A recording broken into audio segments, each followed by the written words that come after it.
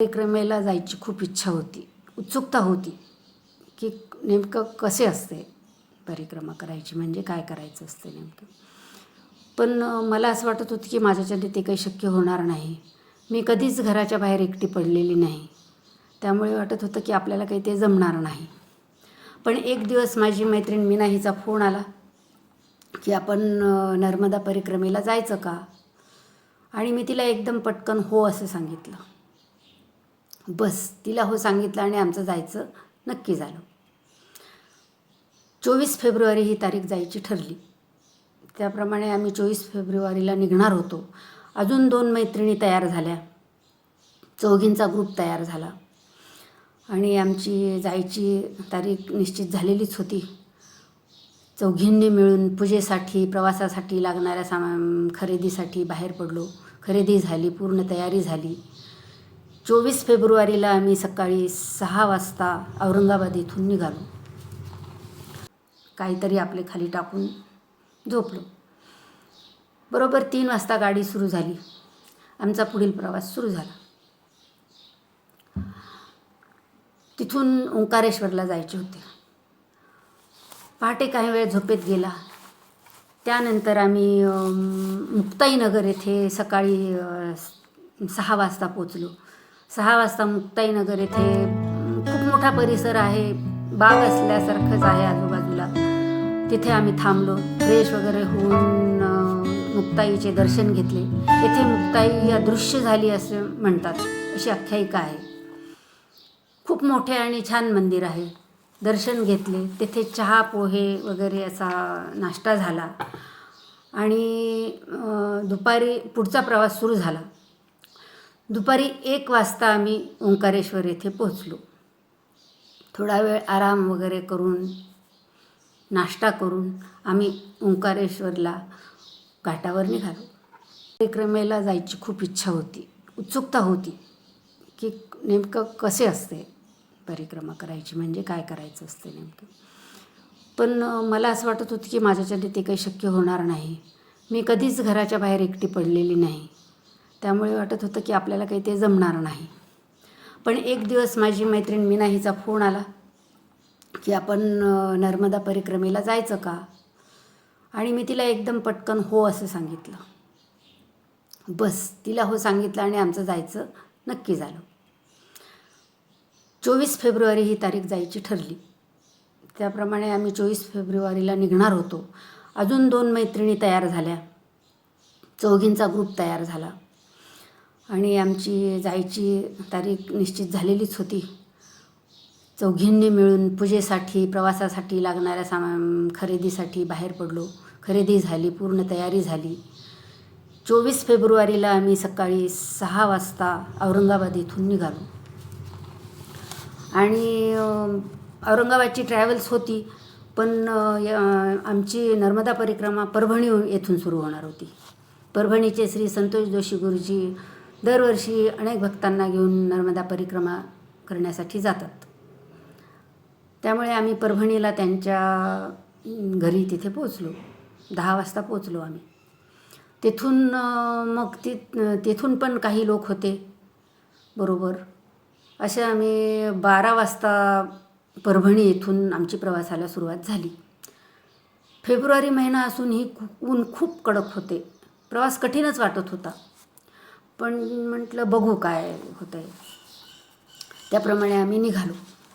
संध्याकाळी 6 वाजता आम्ही लोणार येथे पोचलो.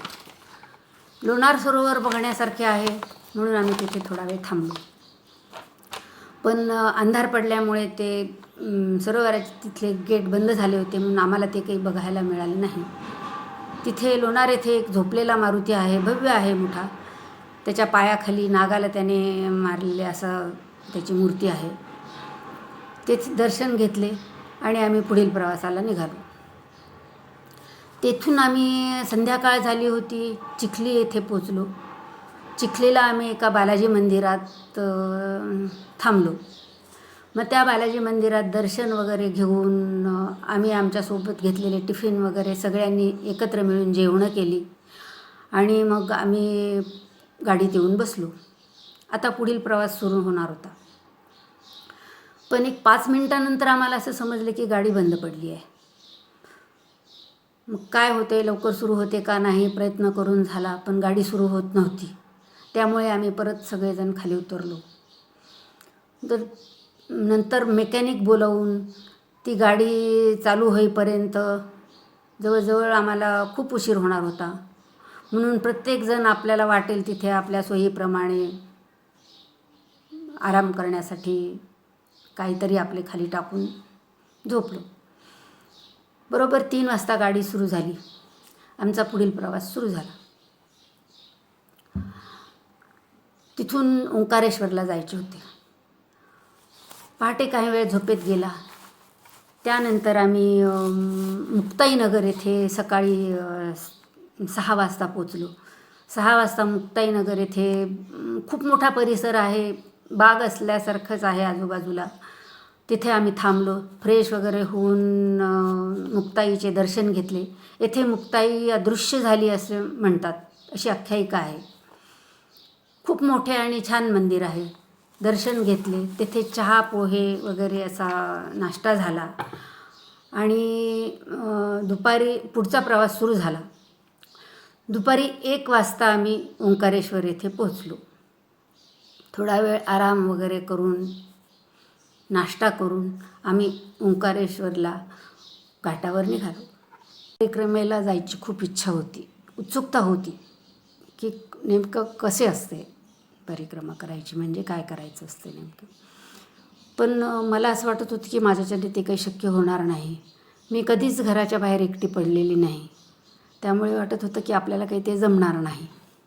पण एक दिवस माझी मैत्रीण मीना हिचा फोन आला की आपण नर्मदा परिक्रमेला जायचं का? आणि मी तिला एकदम पटकन हो असं सांगितलं. बस तिला हो सांगितलं आणि आमचं जायचं नक्की झालं. 24 फेब्रुवारी ही तारीख जायची ठरली. त्याप्रमाणे आम्ही 24 फेब्रुवारीला निघणार होतो. अजून 2 मैत्रिणी तयार झाल्या. 4घींचा ग्रुप तयार झाला आणि आमची जायची तारीख निश्चित झालेलीच होती. 4घींनी मिळून पूजेसाठी, प्रवासासाठी लागणाऱ्या खरेदीसाठी बाहेर पडलो. खरेदी झाली, पूर्ण तयारी झाली. 24 फेब्रुवारीला आम्ही सकाळी 6 वाजता औरंगाबाद इथून निघालो. आणि औरंगाबादची ट्रॅव्हल्स होती, पण आमची नर्मदा परिक्रमा परभणी येथून सुरू होणार होती. परभणीचे श्री संतोष जोशी गुरुजी दरवर्षी अनेक भक्तांना घेऊन नर्मदा परिक्रमा करण्यासाठी जातात. त्यामुळे आम्ही परभणीला त्यांच्या घरी तिथे पोचलो. 10 वाजता पोचलो आम्ही. तेथून मग तेथून पण काही लोक होते बरोबर. असे आम्ही 12 वाजता परभणी येथून आमची प्रवासाला सुरुवात झाली. फेब्रुवारी महिना असूनही ऊन खूप कडक होते. प्रवास कठीणच वाटत होता. पण म्हटलं बघू काय होतं आहे. त्याप्रमाणे आम्ही निघालो. संध्याकाळी 6 वाजता आम्ही लोणार येथे पोचलो. लोणार सरोवर बघण्यासारखे आहे म्हणून आम्ही तिथे थोडा वेळ थांबलो. पण अंधार पडल्यामुळे ते सरोवराचे तिथले गेट बंद झाले होते, म्हणून आम्हाला ते काही बघायला मिळाले नाही. तिथे लोणार येथे एक झोपलेला मारुती आहे, भव्य आहे मोठा. त्याच्या पायाखाली नागाला त्याने मारलेले असं त्याची मूर्ती आहे. तेच दर्शन घेतले आणि आम्ही पुढील प्रवासाला निघालो. तेथून आम्ही संध्याकाळ झाली होती, चिखली येथे पोचलो. चिखलीला आम्ही एका बालाजी मंदिरात थांबलो. मग त्या बालाजी मंदिरात दर्शन वगैरे घेऊन आम्ही आमच्यासोबत घेतलेले टिफिन वगैरे सगळ्यांनी एकत्र मिळून जेवणं केली आणि मग आम्ही गाडीत येऊन बसलो. आता पुढील प्रवास सुरू होणार होता. पण एक 5 मिनिटानंतर आम्हाला असं समजलं की गाडी बंद पडली आहे. मग काय होते, लवकर सुरू होते का नाही प्रयत्न करून झाला, पण गाडी सुरू होत नव्हती. त्यामुळे आम्ही परत सगळेजण खाली उतरलो. तर नंतर मेकॅनिक बोलावून ती गाडी चालू होईपर्यंत जवळजवळ आम्हाला खूप उशीर होणार होता. म्हणून प्रत्येकजण आपल्याला वाटेल तिथे आपल्या सोयीप्रमाणे आराम करण्यासाठी काहीतरी आपले खाली टाकून झोपलो. बरोबर 3 वाजता गाडी सुरू झाली. आमचा पुढील प्रवास सुरू झाला. तिथून ओंकारेश्वरला जायचे होते. पहाटे काही वेळ झोपेत गेला. त्यानंतर आम्ही मुक्ताईनगर येथे सकाळी 6 वाजता पोचलो. 6 वाजता मुक्ताईनगर येथे खूप मोठा परिसर आहे, बाग असल्यासारखंच आहे आजूबाजूला. तिथे आम्ही थांबलो. फ्रेश वगैरे होऊन मुक्ताईचे दर्शन घेतले. येथे मुक्ताई अदृश्य झाली असे म्हणतात, अशी आख्यायिका आहे. खूप मोठे आणि छान मंदिर आहे. दर्शन घेतले. तेथे चहा पोहे वगैरे असा नाश्ता झाला आणि दुपारी पुढचा प्रवास सुरू झाला. दुपारी 1 वाजता आम्ही ओंकारेश्वर येथे पोचलो. थोडा वेळ आराम वगैरे करून नाश्ता करून आम्ही ओंकारेश्वरला घाटावर निघालो. परिक्रमेला जायची खूप इच्छा होती, उत्सुकता होती की नेमकं कसे असते परिक्रमा करायची, म्हणजे काय करायचं असते नेमकं. पण मला असं वाटत होतं की माझ्याच्याने ते काही शक्य होणार नाही. मी कधीच घराच्या बाहेर एकटी पडलेली नाही, त्यामुळे वाटत होतं की आपल्याला काही ते जमणार नाही. पण एक दिवस माझी मैत्रीण मीना हिचा फोन आला की आपण नर्मदा परिक्रमेला जायचं का. आणि मी तिला एकदम पटकन हो असं सांगितलं. बस तिला हो सांगितलं आणि आमचं जायचं नक्की झालं. 24 फेब्रुवारी ही तारीख जायची ठरली. त्याप्रमाणे आम्ही 24 फेब्रुवारीला निघणार होतो. अजून 2 मैत्रिणी तयार झाल्या. 4घींचा ग्रुप तयार झाला आणि आमची जायची तारीख निश्चित झालेलीच होती. 4घींनी मिळून पूजेसाठी, प्रवासासाठी लागणाऱ्या खरेदीसाठी बाहेर पडलो. खरेदी झाली, पूर्ण तयारी झाली. 24 फेब्रुवारीला आम्ही सकाळी 6 वाजता औरंगाबाद इथून निघालो. आणि औरंगाबादची ट्रॅव्हल्स होती, पण आमची नर्मदा परिक्रमा परभणी येथून सुरू होणार होती. परभणीचे श्री संतोष जोशी गुरुजी दरवर्षी अनेक भक्तांना घेऊन नर्मदा परिक्रमा करण्यासाठी जातात. त्यामुळे आम्ही परभणीला त्यांच्या घरी तिथे पोचलो. 10 वाजता पोचलो आम्ही. तेथून मग तेथून पण काही लोक होते बरोबर. असे आम्ही 12 वाजता परभणी येथून आमची प्रवासाला सुरुवात झाली. फेब्रुवारी महिना असूनही ऊन खूप कडक होते. प्रवास कठीणच वाटत होता, पण म्हटलं बघू काय होतंय. त्याप्रमाणे आम्ही निघालो. संध्याकाळी 6 वाजता आम्ही लोणार येथे पोचलो. लोणार सरोवर बघण्यासारखे आहे म्हणून आम्ही तिथे थोडा वेळ थांबलो. पण अंधार पडल्यामुळे ते सरोवराचे तिथले गेट बंद झाले होते, म्हणून आम्हाला ते काही बघायला मिळाले नाही. तिथे लोणार येथे एक झोपलेला मारुती आहे, भव्य आहे मोठा. त्याच्या पायाखाली नागाला त्याने मारलेले असं त्याची मूर्ती आहे. तेच दर्शन घेतले आणि आम्ही पुढील प्रवासाला निघालो. तेथून आम्ही संध्याकाळ झाली होती, चिखली येथे पोचलो. चिखलीला आम्ही एका बालाजी मंदिरात थांबलो. मग त्या बालाजी मंदिरात दर्शन वगैरे घेऊन आम्ही आमच्यासोबत घेतलेले टिफिन वगैरे सगळ्यांनी एकत्र मिळून जेवणं केली आणि मग आम्ही गाडीत येऊन बसलो. आता पुढील प्रवास सुरू होणार होता. पण एक 5 मिनिटानंतर आम्हाला असं समजलं की गाडी बंद पडली आहे. मग काय होते, लवकर सुरू होते का नाही प्रयत्न करून झाला, पण गाडी सुरू होत नव्हती. त्यामुळे आम्ही परत सगळेजण खाली उतरलो. तर नंतर मेकॅनिक बोलावून ती गाडी चालू होईपर्यंत जवळजवळ आम्हाला खूप उशीर होणार होता. म्हणून प्रत्येकजण आपल्याला वाटेल तिथे आपल्या सोयीप्रमाणे आराम करण्यासाठी काहीतरी आपले खाली टाकून झोपलो. बरोबर 3 वाजता गाडी सुरू झाली. आमचा पुढील प्रवास सुरू झाला. तिथून ओंकारेश्वरला जायचे होते. पहाटे काही वेळ झोपेत गेला. त्यानंतर आम्ही मुक्ताईनगर येथे सकाळी 6 वाजता पोचलो. 6 वाजता मुक्ताईनगर येथे खूप मोठा परिसर आहे, बाग असल्यासारखंच आहे आजूबाजूला. तिथे आम्ही थांबलो. फ्रेश वगैरे होऊन मुक्ताईचे दर्शन घेतले. येथे मुक्ताई अदृश्य झाली असे म्हणतात, अशी आख्यायिका आहे. खूप मोठे आणि छान मंदिर आहे. दर्शन घेतले. तेथे चहा पोहे वगैरे असा नाश्ता झाला आणि दुपारी पुढचा प्रवास सुरू झाला. दुपारी 1 वाजता आम्ही ओंकारेश्वर येथे पोहोचलो. थोडा वेळ आराम वगैरे करून नाश्ता करून आम्ही ओंकारेश्वरला घाटावर निघालो. परिक्रमेला जायची खूप इच्छा होती, उत्सुकता होती की नेमकं कसे असते परिक्रमा करायची, म्हणजे काय करायचं असते नेमकं. पण मला असं वाटत होतं की माझ्याच्याने ते काही शक्य होणार नाही. मी कधीच घराच्या बाहेर एकटी पडलेली नाही, त्यामुळे वाटत होतं की आपल्याला काही ते जमणार नाही. पण एक दिवस माझी मैत्रीण मीना हिचा फोन आला की आपण नर्मदा परिक्रमेला जायचं का. आणि मी तिला एकदम पटकन हो असं सांगितलं. बस तिला हो सांगितलं आणि आमचं जायचं नक्की झालं. 24 फेब्रुवारी ही तारीख जायची ठरली. त्याप्रमाणे आम्ही 24 फेब्रुवारीला निघणार होतो. अजून 2 मैत्रिणी तयार झाल्या, 4घींचा ग्रुप तयार झाला आणि आमची जायची तारीख निश्चित झालेलीच होती.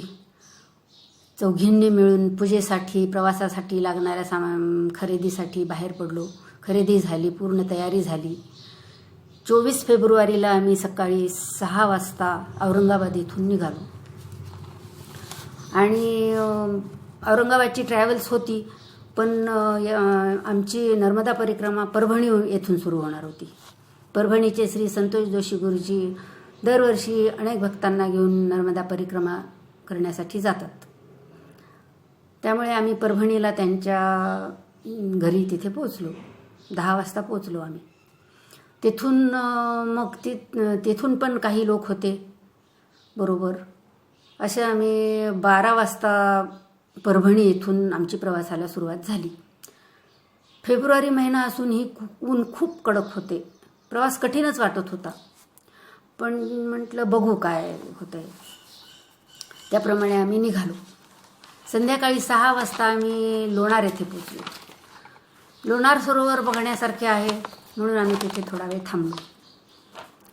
पण अंधार पडल्यामुळे ते सरोवराचे तिथले गेट बंद झाले होते, म्हणून आम्हाला ते काही बघायला मिळाले नाही. तिथे लोणार येथे एक झोपलेला मारुती आहे, भव्य आहे मोठा. त्याच्या पायाखाली नागाला त्याने मारलेले असं त्याची मूर्ती आहे. तेच दर्शन घेतले आणि आम्ही पुढील प्रवासाला निघालो. तेथून आम्ही संध्याकाळ झाली होती, चिखली येथे पोचलो. चिखलीला आम्ही एका बालाजी मंदिरात थांबलो. मग त्या बालाजी मंदिरात दर्शन वगैरे घेऊन आम्ही आमच्यासोबत घेतलेले टिफिन वगैरे सगळ्यांनी एकत्र मिळून जेवणं केली आणि मग आम्ही गाडीत येऊन बसलो. आता पुढील प्रवास सुरू होणार होता. पण एक 5 मिनिटानंतर आम्हाला असं समजलं की गाडी बंद पडली आहे. मग काय होते, लवकर सुरू होते का नाही प्रयत्न करून झाला, पण गाडी सुरू होत नव्हती. त्यामुळे आम्ही परत सगळेजण खाली उतरलो. तर नंतर मेकॅनिक बोलावून ती गाडी चालू होईपर्यंत जवळजवळ आम्हाला खूप उशीर होणार होता. म्हणून प्रत्येकजण आपल्याला वाटेल तिथे आपल्या सोयीप्रमाणे आराम करण्यासाठी काहीतरी आपले खाली टाकून झोपलो. बरोबर 3 वाजता गाडी सुरू झाली. आमचा पुढील प्रवास सुरू झाला. तिथून ओंकारेश्वरला जायचे होते. पहाटे काही वेळ झोपेत गेला. त्यानंतर आम्ही मुक्ताईनगर येथे सकाळी 6 वाजता पोचलो.